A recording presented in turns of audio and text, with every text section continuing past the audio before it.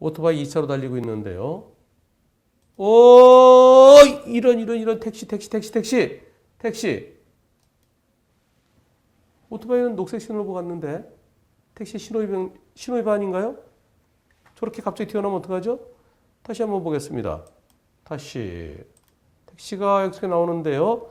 택시 쪽 삼거리에서 나오는데 택시 쪽은 신호가 없답니다. 이쪽에서는 신호 없는 데서 나왔고요. 박차 신호를 보고 갔고요.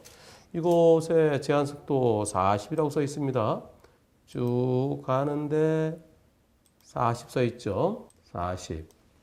오토바이 속도 좀 빨라 보여요. 근데 카메라가 밑에 좀 아래쪽에 있기 때문에 착착착 해서 그래서 빠르게 느껴지는 거지. 그 당시 한 45로 달리고 있었다고 그렇게 제가 속도가 얼마였나 했더니 45 정도 됐습니다라고 글을 써주셨는데요. 45보다 조금 더 빨라 보이기도 하는데요. 그러면 택시가 보였을 때 거리가 얼마나 될까요? 가면서 이때쯤 느꼈겠죠. 이때쯤. 요 전에 여기서는 멈출 줄 알았는데 이때 위험이 느껴졌겠죠. 이때쯤. 여기서. 거리가 얼마나 될까요? 여기서요. 요거 글씨 하나가 여기 한 2m 정도 되죠. 요 화살표 5m죠. 요 공간이 또 한 2m, 요 공간. 요 한 10m 정도 될까요? 정서까지 10m 좀 더 될까요? 그리고 횡단보도가 좀 작은 횡단보도네요. 또 택시가 이쪽으로 오고 나도 피하고. 그래서 사고 지점까지 여기서 한 15m? 예, 본인도 대략 15m라고 그렇게 말씀하시는데요. 20m는 안 되는 것 같습니다. 시속 40km를 지켜서 갔으면은 조골에서 멈출 수 있을까요? 어렵겠죠. 시속 30일 때가 한 12m, 시속 40이면은 거진 한 20m 가까이, 한 16에서 20 정도? 그 정도 되지 않을까요? 그러면 정지거리가 상당히 좀 부족해 보입니다. 이 사고에 대해서 오토바이 운전자는 저걸 어떻게 피해? 갑자기 튀어나오면 신호도 없을 때 신호도 없다고 해서 아무 때나 튀어나오면 안 되죠. 빨간불일 때 직진한 차가 없을 때 나와야 되는데 그냥 슉 튀어나왔어요. 그리고 녹색 신호일 때는 이렇게 보고 차가 없을 때는 그냥 슉 튀어나왔어요. 그래서 이거 100대 0 아니냐? 내 입장에서는 택시의 신호 위반이 마찬가지 아니냐? 이런 입장인 거예요. 오토바이 운전자는. 택시의 보험사에서는 80대 20을 주장합니다. 그런데 오토바이 보험사는 80대 20 받아들여서 그냥 끝내시죠.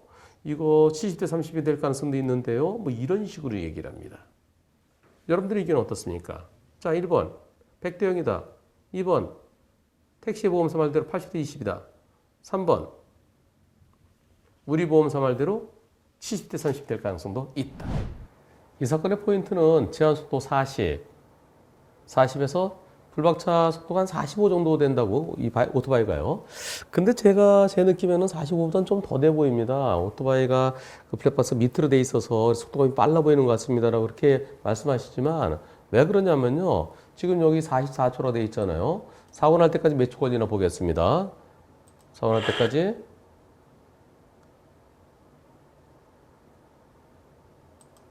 네, 5초 좀 더 걸리죠? 5초 동안에 얼마나 움직였을까요? 움직인 거리 차선 몇 개 움직이나 보겠습니다. 차선이 여기서요. 지금 이제 시작되는 데인데요. 여기서 몇 개 지나나 보세요. 44라고 되어 있습니다. 44에서 이 차선과 공간 여기까지 합치면 이게 8m입니다. 8m가 몇 개 지나나 보세요.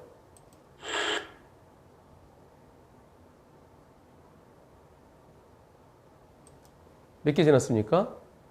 우선 기본적으로 차선이 10개 지나고 그 다음에 실선 나오죠. 그렇다고 그러면은 속도가 45보다는 많이 빨라 보이는데요. 오토바이 운전자는 시속 한 45 정도라고 그렇게 말씀하시지만 제가 볼 때는 좀 더 빨라 보입니다. 제 구체적인 속도는 말씀 안 드릴게요. 그래서 이번 사고는 시속 40을 지켰더라 그러면은 한 45 정도 지켰다 하더라도 상대차가 나올 때요. 상대차 택시가 여기서 나오죠.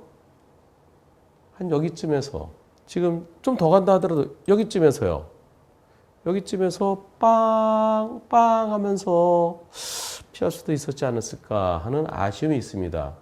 그래서 저는 100대 0은 쉽지 않겠다는 의견이에요. 나중에 보험사끼리 소송까지도 갈 거니까요. 이거 나중에 소송 가면 블랙박스 영상 제출해야 돼요. 증거를 내야 됩니다.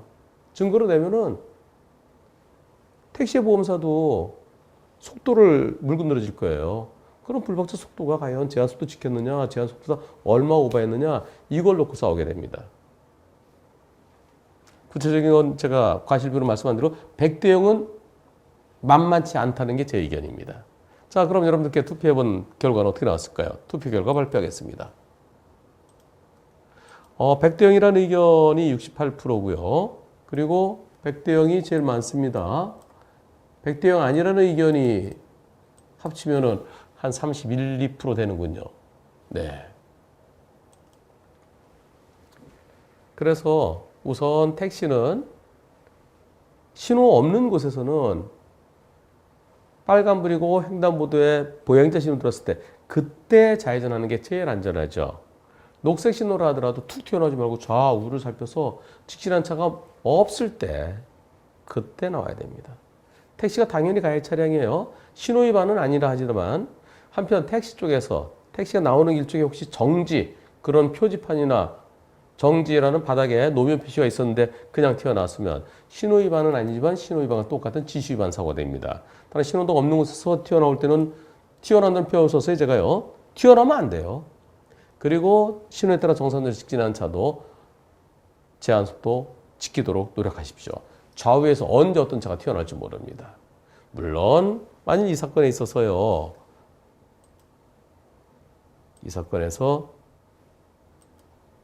여기쯤 가는데 튀어나왔다 그러면 택시가 없었는데 지금 여기 정선 지나서 지나가는데 여기서 갑자기 튀어나왔다. 그러면 100대 0이에요. 그럼 100대 0. 40을 지키더라도 도저히 못 피하니까요.